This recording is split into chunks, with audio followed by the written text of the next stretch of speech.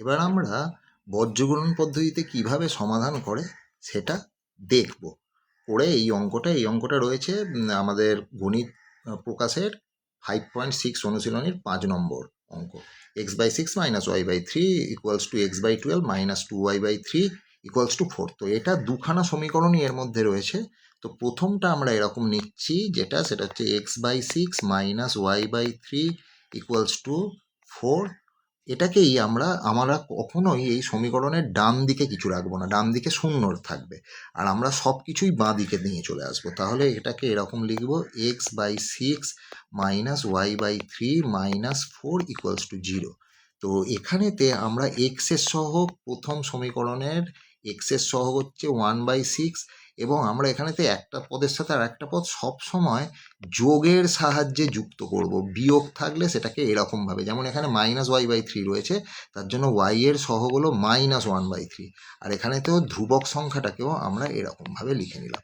এই হচ্ছে আমাদের 1 নম্বর সমীকরণ। মানে 1 নম্বর সমীকরণটাকে একটু রূপান্তরিত করে লিখলে এই রকম হয়। ঠিক আছে, এটাকে আমি দিলাম 1 নম্বর সমীকরণ। আচ্ছা, এরপরে আমার দ্বিতীয় সমীকরণ যেটা রয়েছে সেটা হচ্ছে কি রয়েছে, x/12 - 2y/3 = 4। তাহলে লিখলাম। এবারে আমরা এটাকেও বাঁ দিকে নিয়ে আসলাম, x/12 - 2y/3 - 4 = 0।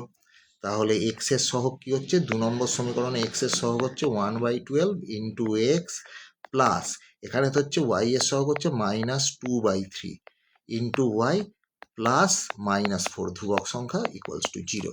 এটা হচ্ছে আমাদের 2 নম্বর সমীকরণ। এবারে আমরা যেটা সাজিয়ে লিখব, যে সহগগুলোকে কীরকমভাবে লিখতে হয় তোমরা এইখানে দেখবে, যে সেটা লিখতে হচ্ছে যে আমাদের এক্স, এখানতে লিখছি যে এক্স এর সহগ লিখব, ওয়াই এর লিখব, ওয়ানের মানে তোমার যেটা ধ্রুবক সংখ্যা লিখব, আবার এখানে লিখব এক্স আর ওয়াই। তো এক্স এর সহগ দেখো, প্রথম সমীকরণে এক্স এর সহগ রয়েছে 1/6, ঠিক আছে, এই যে এখানেতে রয়েছে 1/6, এই যে এইটা হচ্ছে এক্স এর সহগ প্রথম সমীকরণে 1/6। দ্বিতীয় সমীকরণে এক্স এর সহগ হচ্ছে এইটা 1/12 হলো। আর সিমিলারলি এখানেতে প্রথম সমীকরণে ওয়াই এর সহগ হচ্ছে -1/3, দ্বিতীয় সমীকরণে -2/3, প্রথম সমীকরণের ধ্রুবক সংখ্যা, ধ্রুবক পদ যেটা, সেটা -4, দ্বিতীয়তেও একই রয়েছে, আবার সেই 1/6, 1/12 আর -1/3, আর আমি লিখে নিচ্ছি এখানেতে -2/3। এইটা রাফেও করা যেতে পারে, কিন্তু এটা সামনে দিয়ে দিলে অনেকটাই ভালো হয়, যে খাতার মধ্যেই রয়েছে সেটা। এবারে আমরা কি করব, এখানেতে লিখব x/y = y/, =1/, ঠিক আছে। তো আমরা এক্সের তলায় মানে হর হিসাবে যেটা লিখব, সেটা হচ্ছে, মনে রাখবে যে প্রথম সমীকরণে ওয়াই এর সহগের সাথে দ্বিতীয় সমীকরণের ধ্রুবক সংখ্যা। তো প্রথম সমীকরণে ওয়াই এর সহগ কত, -1/3, -1/3 এর সাথে আমার গুণ হবে হচ্ছে -4, ঠিক আছে। আর তারপরে মানে এই রকম, এটার সাথে এটা গুণ হবে আর এটার সাথে এটা গুণ হবে। তাহলে বিয়োগ চিহ্ন দিয়ে এবারে আবার লিখব -2/3 × -4 হয়েছে। এবারে ওয়াই এর, তো ওয়াই যখন ওয়াই এর হর লিখবে তখন ওয়াইটাকে চেপে ধরবে। তার মানে সেখানেতে কি লিখব, আমরা একের সাথে প্রথম ইকুয়েশনের যে আমার তোমার ধ্রুবক সংখ্যা রয়েছে তার সাথে দ্বিতীয় সমীকরণের এক্স এর সহগ গুণ করব, আর তারপরে বিয়োগ করে এইটার সাথে এইটা, ঠিক আছে। তাহলে আমি এখানেতে লিখব যে এই অ্যারোর ডাইরেকশানগুলো খুব ভালো করে খেয়াল করবে, ঠিক আছে। প্রথমেই ওপর থেকে নিচে, তারপরে নিচ থেকে ওপরে, বিয়োগ নিচ থেকে -4 × 1/6 হলো। আচ্ছা, এরপরে হচ্ছে কি, আমরা একের নিচে যেটা লিখব, মানে একের হর হিসেবে লিখব, তাহলে প্রথমে প্রথম ইকুয়েশনের এক্স এর সহগ 1/6 × -2/3, 1/6 - 2/3, তারপরে 1/12 × -1/3। তো বিয়োগ চিহ্ন দিয়ে আমরা লিখছি এখানেতে হলো -1/3, এই 1/12 × -1/3, 1/12 × -1/3। এটা একটুখানি হচ্ছে অসুবিধা হলো যে যেহেতু বড় রয়েছে বলে। তো এবারে আমরা করব কি, এক্স এর মান প্রথমে বার করব। তো এক্স এর মান যখন আমরা প্রথমে বার করব, তো তখন আমি নেব হচ্ছে এক্স বাই, যেটা রয়েছে এখানে দেখো এক্স বাই, এক্স এর তলায় কি রয়েছে, -1/3 ইন্টু -4। তার মানে হবে কত, মাইনাসে মাইনাসে প্লাস হয়ে যাবে, তার মানে 4/3 বিয়োগ, এখানে তো মাইনাসে মাইনাসে প্লাস হবে, তাহলে বিয়োগ হবে কত, -2 ইন্টু -4 মানে হচ্ছে 8/3 ইকুয়ালস টু 1 আমি লিখব 1/6 এর সাথে -2/3 মাল্টিপ্লাই করলে হবে হচ্ছে -1/9 হবে। ঠিক আছে, আর বিয়োগ চিহ্ন দিলাম, বিয়োগে আর একটা বিয়োগ রয়েছে, তার মানে এটা প্লাস হয়ে যাবে। এই ক্যালকুলেশনগুলো একটু দেখে করবে, তাহলেই হয়ে যাবে এটা 1/36। ঠিক আছে, 3×12 আর -1/12 সাথে -1/13 1/3 গুণ হচ্ছে, তাহলে এটা হলো 1/36। তাহলে এখান থেকে আমরা এক্স এর মান পেয়ে যাব। এক্স এর মান কি পাবো, এখানেতে আমরা অর দিয়ে লিখব এক্স বাই, ঠিক আছে, এখানেতে আমাদের লসাগু কত হচ্ছে, 3 আর 3-এর লসাগু 3ই হচ্ছে, আর 4 থেকে 4 বিয়োগ 8, 4 বিয়োগ 8 মানে হবে -4।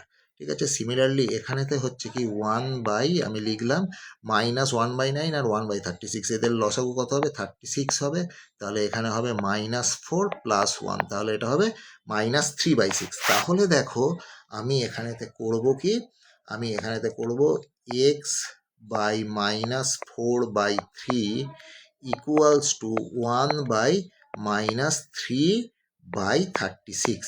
এবারে আমরা কি করলাম, যে এই জিনিসটাকে একটুখানি চেঞ্জ করলাম, চেঞ্জ করা বলতে গেলে আমি এখানেতে করলাম কি, এটাকে উল্টে দিলাম, তাহলে আমার ডিভাইড রয়েছে এক্স বাই -4/3 রয়েছে, তাহলে আমি এটাকে লিখলাম 3x বাই -4 ইকুয়ালস টু 36/-3।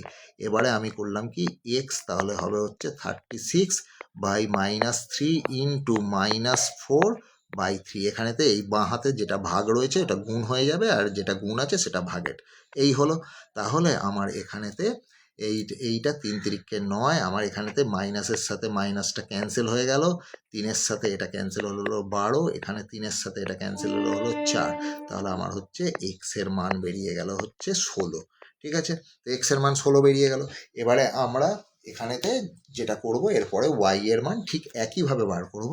তোমরা যদিও করতে পারবে, কিন্তু একটা অঙ্ক তোমাদের দেখিয়ে দিই, যে এবারে ওয়াই এর জন্য যেটা আমরা করব সেটা হচ্ছে কি, যে ওয়াই এর জন্য করব যেটা, সেটা আমাদের লিখতে হবে ওয়াই বাই আমরা লিখবো কি, ওই যেটা করেছিলে -4 ইন্টু 1/12, -4 ইন্টু 1/12 মানে হচ্ছে -1/3, আর এখানে তো রয়েছে মাইনাসে মাইনাসে প্লাস 4 হয়ে যাবে 4/6, 4/6 মানে হচ্ছে 2/3।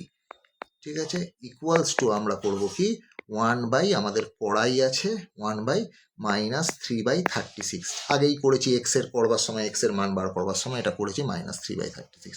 তাহলে আমরা এখানেতে পাবো কি, অর ওয়াই বাই, এখানে তো হবে -1 + 2/3 ইকুয়ালস টু 36/-3, অর এখানেতে হচ্ছে কত, 3y বাই 1 ইকুয়ালস টু 36/-3।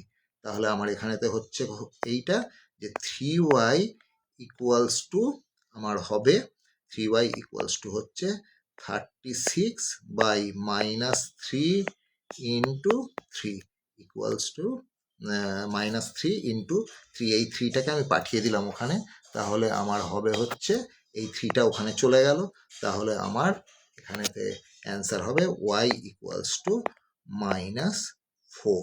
36কে 9 দিয়ে -9 দিয়ে ডিভাইড করা হলো, তাহলে অ্যান্সার হলো x16, x ইকুয়ালস টু 16, এখানেতে x ইকুয়ালস টু 16 আর y ইকুয়ালস টু -4।